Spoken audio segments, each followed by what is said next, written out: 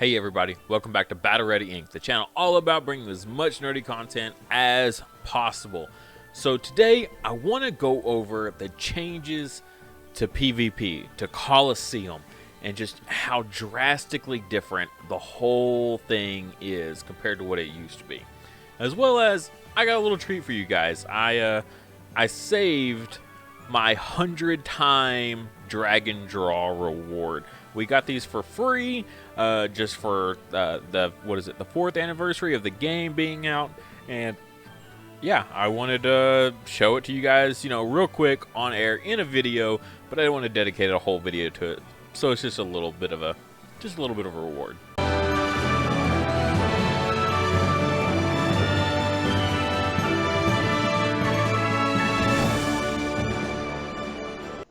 Alright, so let's just kick this off right now with this, and then we'll jump into PvP. PvP resets in 3 minutes, so I'll have a little bit of a time to get in there. Of course, there's always stuff I'm hoping to get, but this is a very quick thing, and I don't have time to talk about every little thing. I'm just kind of hoping we get a couple 5 stars out of 103 or 100 summons, essentially, is what this is. We should, in theory, well, that definitely not following the normal train of thought there. Normally you get a guaranteed 4-star every 10 summons, right? That does not follow this guideline, so oh, okay, there we go. There's one. Alright, man, I haven't seen a fire night dragon in so long. Still a pretty popular dragon. I still see it used all around.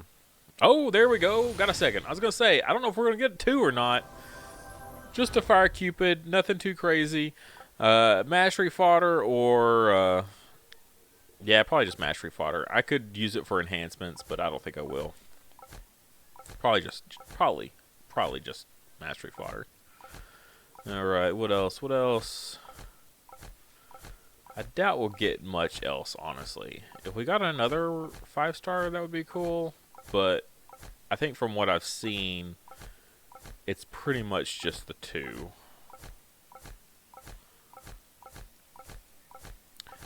Yeah, that's looking like about all. And boom. Alright, so there we go. That's our 100 free summons from the game. Nothing exciting, like, at all. Like, even the 4 stars, like, I can't use any of these for pretty much anything. Meh.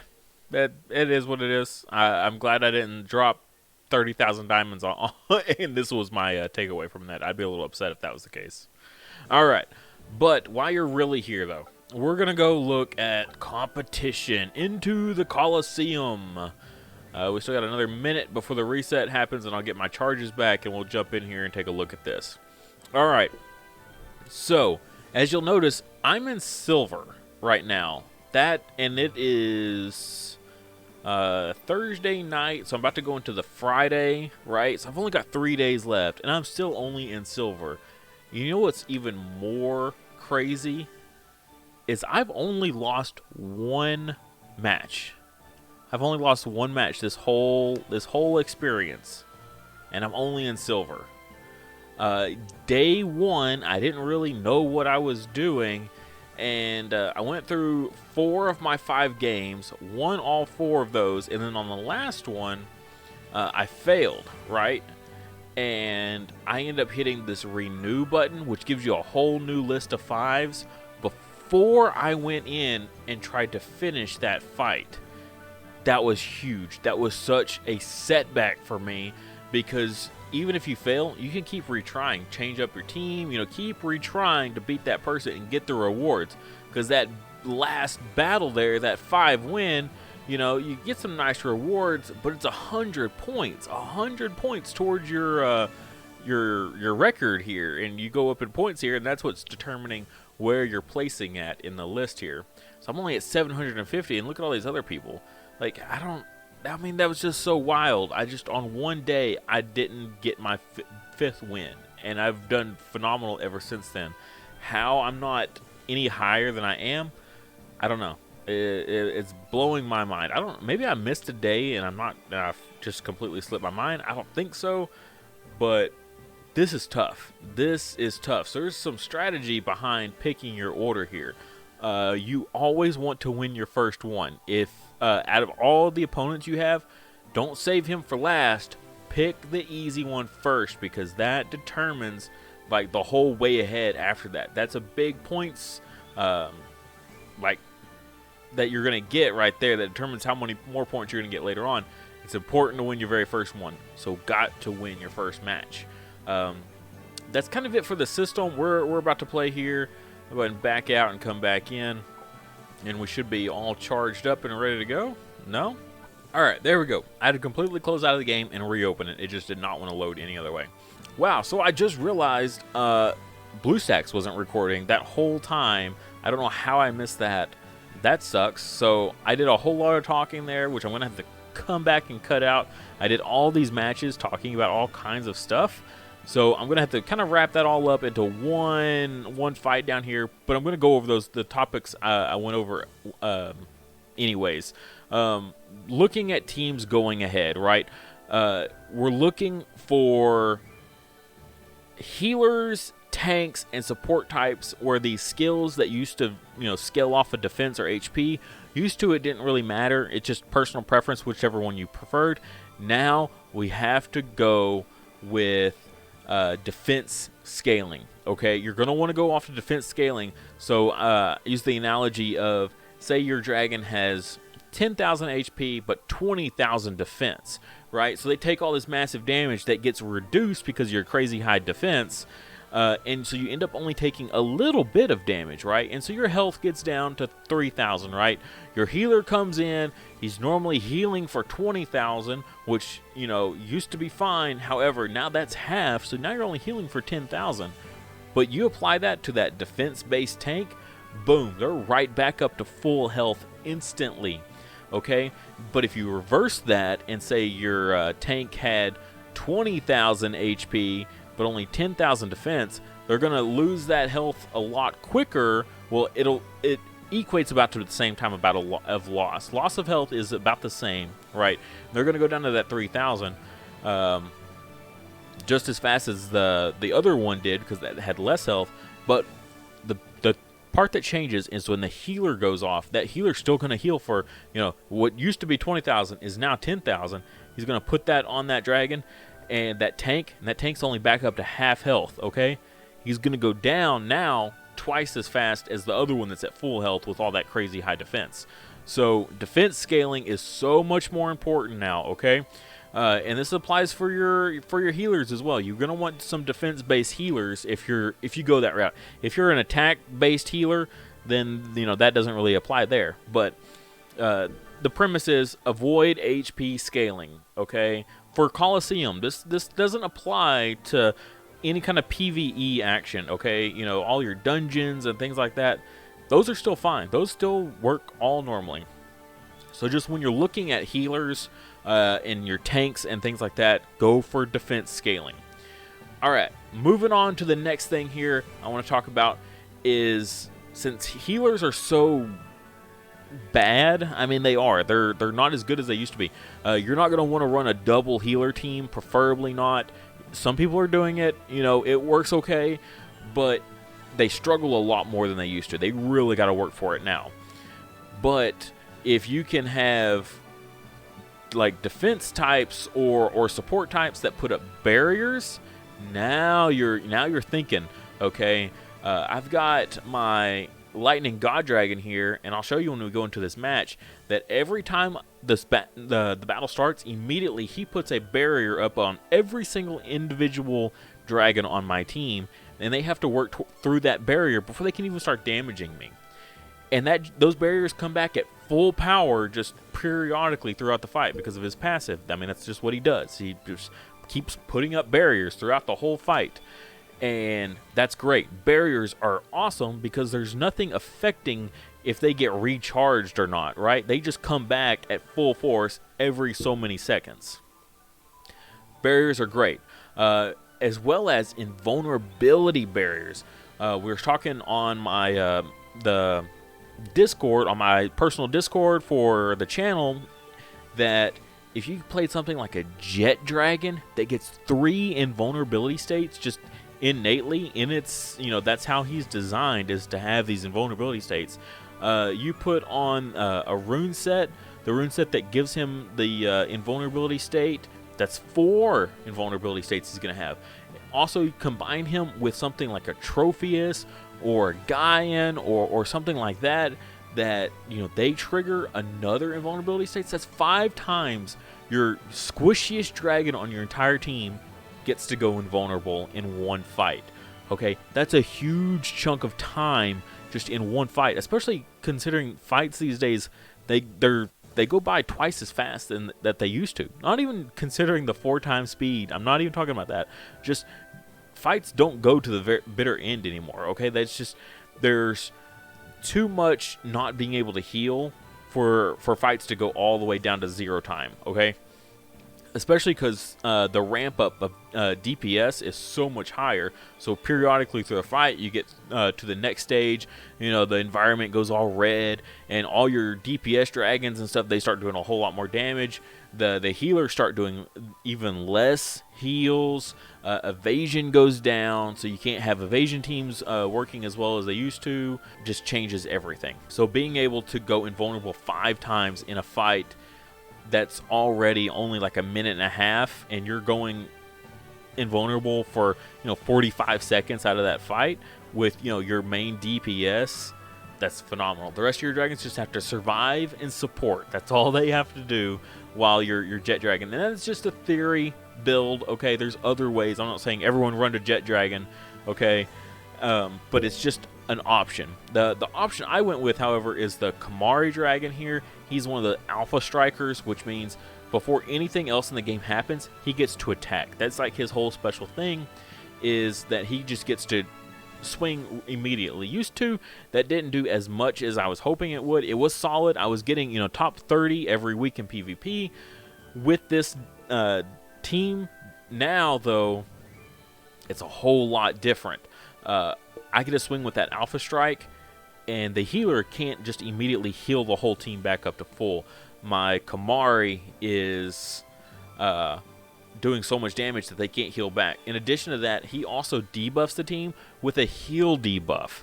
So you combine that heal debuff with the innate minus 50% heals already in Colosseum now, and they're not healing. They're not even getting back to half health whenever the healer goes off immediately after Kamari does it. So the AI is just programmed, I gotta heal, I gotta heal, I gotta heal. And that heal does nothing now, and it feels so good. So I was going to use my light spirit that I just got, that I was super excited for because it had the silence on it. But now Kamari is just doing so phenomenal that I don't want to make the switch anymore. So think about things like that with your PvP dragons, with your DPS. It's a little harder to find a good DPS that's working. If you'll notice here, I'm still upset that didn't show up. It wasn't recording. But look at these teams here. What's a common element you see? The lemur dragon here, the lemurus, our little vampire Dracula lemur, is on a lot of teams. If you have this limited dragon, definitely look into building it, because it's so great on a super tanky team that's just kind of surviving and keeping this guy alive. And as he does damage, he keeps himself alive, which kind of gets around that whole heal debuff issue that we're having. And this guy is doing some major work. He does a lot of damage. He is killer. Okay, he does crazy damage, and he just doesn't die, which is great. So combine him with other things that keep him alive, and you're going to have a lot better time dealing with this. All right, I want to go ahead and jump into this final stage here. Actually, I want to mention, I don't know if this got covered before or after the game messed up here, but when you're going in here and picking your teams, the very first one, you got to make sure you win the very first one, because that determines all your future payouts, right, for all your other victories. If you lose the first one, but you win all the remaining ones, your winnings go way down on how many points you're going to get. So it's important to find the weakest person out of this list and take them out first. If they're all too much out of your league, hit the renew button. But only do that before you start, okay? That's super important. Do that before you start. I made the mistake on my first day that I got to my final, my 5th match. I tried playing them. You know, it gave me the option to retry, but I was like, no, I'll just refresh the list. I can't beat this person. Or I might could, but I got to put a lot of work into it. I don't want to mess with it. Let me just renew. And that was it. I didn't have any more matches for the rest of the day, and I couldn't get that 5th victory in. And that messed me up so bad. I'm only in gold here. That's so bad. That's so disappointing to only be in this point. And I've won every match since then. I've only lost 1 match this whole week, and I'm only in gold. That's brutal. Okay? So it's really got to stay on top of your game here on this. I don't know. Maybe I missed the day or something. I'm not really sure how I could still be in gold and have gone undefeated this whole week except for 1 battle. Okay? That just does not make sense in my head. But okay. Let's go ahead and jump into this. And yeah, we'll let it go. Shouldn't be an issue here. We should have this one wrapped up pretty easily here. Only thing we got to worry about is that lemur there, but he's not fully maxed out yet, so we should have this in the bag. He's also running 2 healers. Now, he is running the Water Enix, which the Water Enix heal puts up an invulnerability barrier, which is nice. So at least has that going for him. I believe he also has a revive, so you know, a little bit of a benefit there.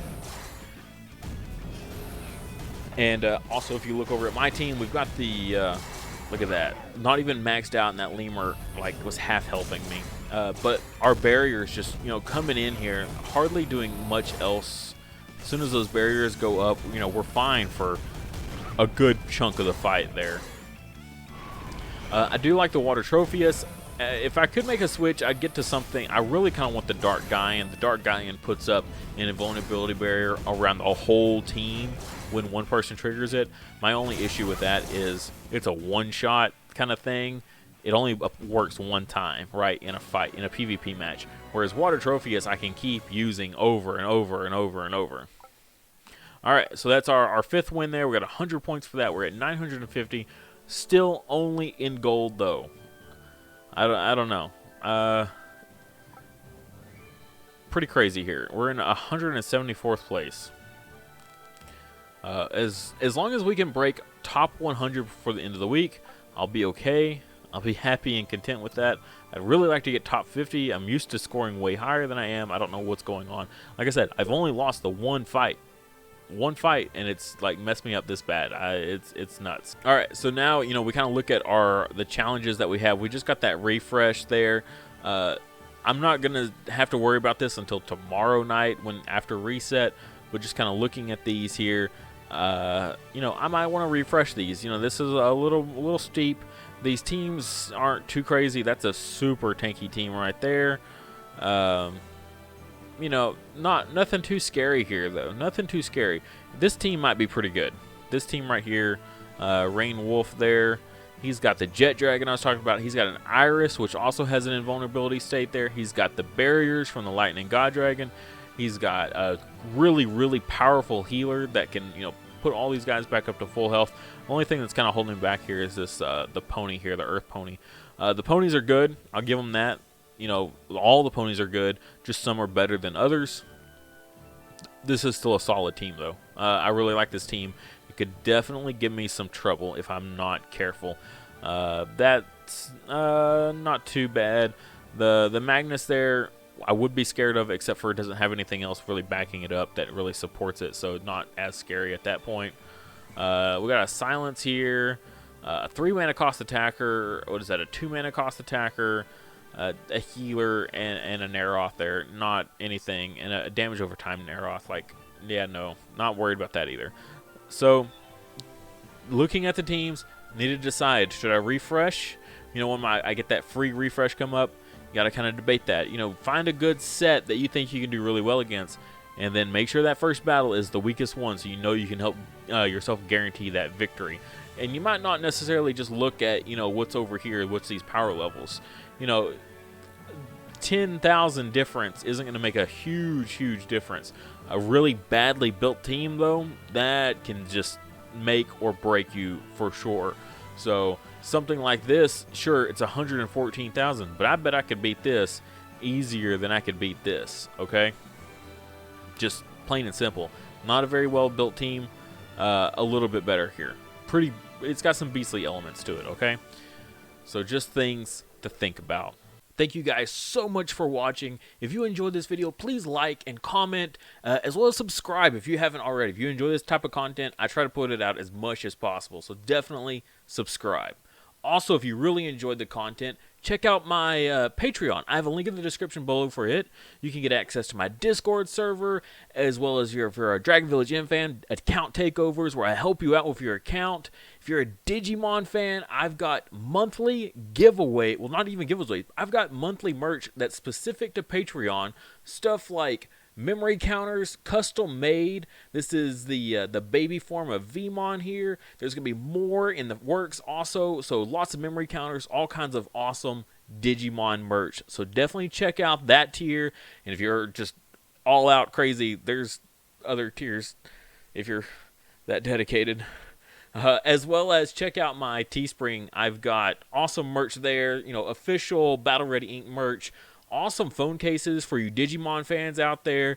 They've got them for iPhones as well as Samsungs.